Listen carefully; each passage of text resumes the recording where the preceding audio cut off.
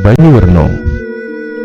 Konon pada waktu itu, Bahurekso yang tengah menyembunyikan Dewi Rantansari di tengah hutan.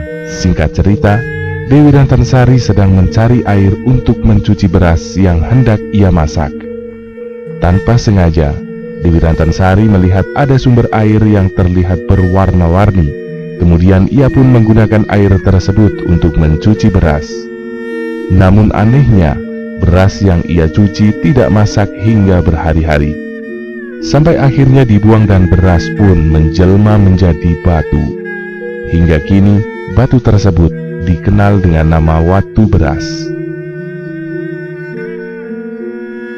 Dewi Rantansari yang heran melihat kejadian itu, kemudian menyampaikan kepada Pangeran Bahurekso.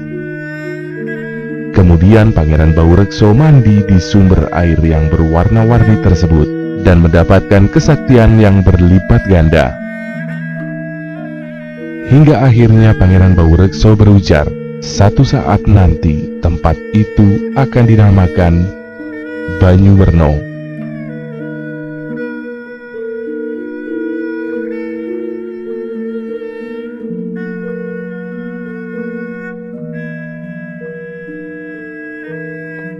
Tungangan. Alkisah adanya kiai bernama Kiai Cermin. Kala itu tengah kebingungan mencari empu untuk membuatkannya 2 bilah keris. Ia pun bertemu dengan seorang laki-laki yang sedang menyabit rumput di pinggir ruangan atau kali kecil, yang ternyata pencari rumput tersebut adalah seorang wali yang bernama Wali Supo. Singkat cerita, Wali Supo kemudian membuatkan Kiai Cermin 2 bilah keris dan diserahkan kepada Kiai Cermin. Namun seketika Wali Supo menghilang. Dan kisah itulah kemudian dinamakan Pungangan, yang artinya empu ning pinggir ruangan.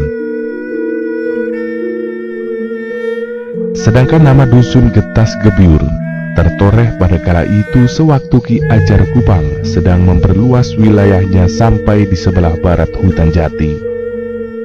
Sampai di sana, Ki Ajar Kupang kemudian melihat seorang putri yang sedang termenung, dan kemudian ditanya oleh Ki Ajar Kupang. Si putri pun menjawab dirinya baru saja dimarahi oleh Ratu Pantai Selatan lantaran tidak memiliki pisau untuk mengiris bumbu dapur.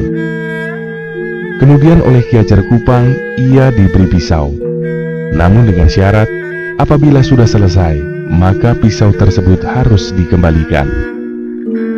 Kemudian setelah selesai, sang putri pun berniat mengembalikan pisau tersebut dengan membawanya diselipkan di perut. Mengetahui hal itu, Ki Ajar Kupang kemudian mengatakan bahwa apabila pisau tersebut diletakkan di perut, maka sang putri akan hamil. Ternyata benar apa yang diucapkan Ki Ajar Kupang itu terjadi. Sang putri pun hamil. Mendengar sang putri hamil, sedangkan ia belum menikah, maka ayahnya pun marah dan mengusir sang putri.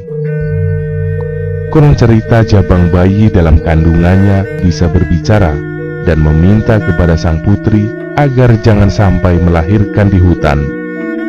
Namun ternyata di atas batu besar di tepi sungai, bayi yang dilahirkan berwujud ular. Sang putri yang karena kisahnya hingga kini dijuluki Si Rondo Kasihan, kemudian menendang ular tersebut hingga jatuh ke dalam sungai, atau biasa disebut dalam bahasa Jawa, Gebyur. Mengetahui kejadian itu, maka Ki Ajar Kupang menamakan tempat tersebut Getas Gebyur.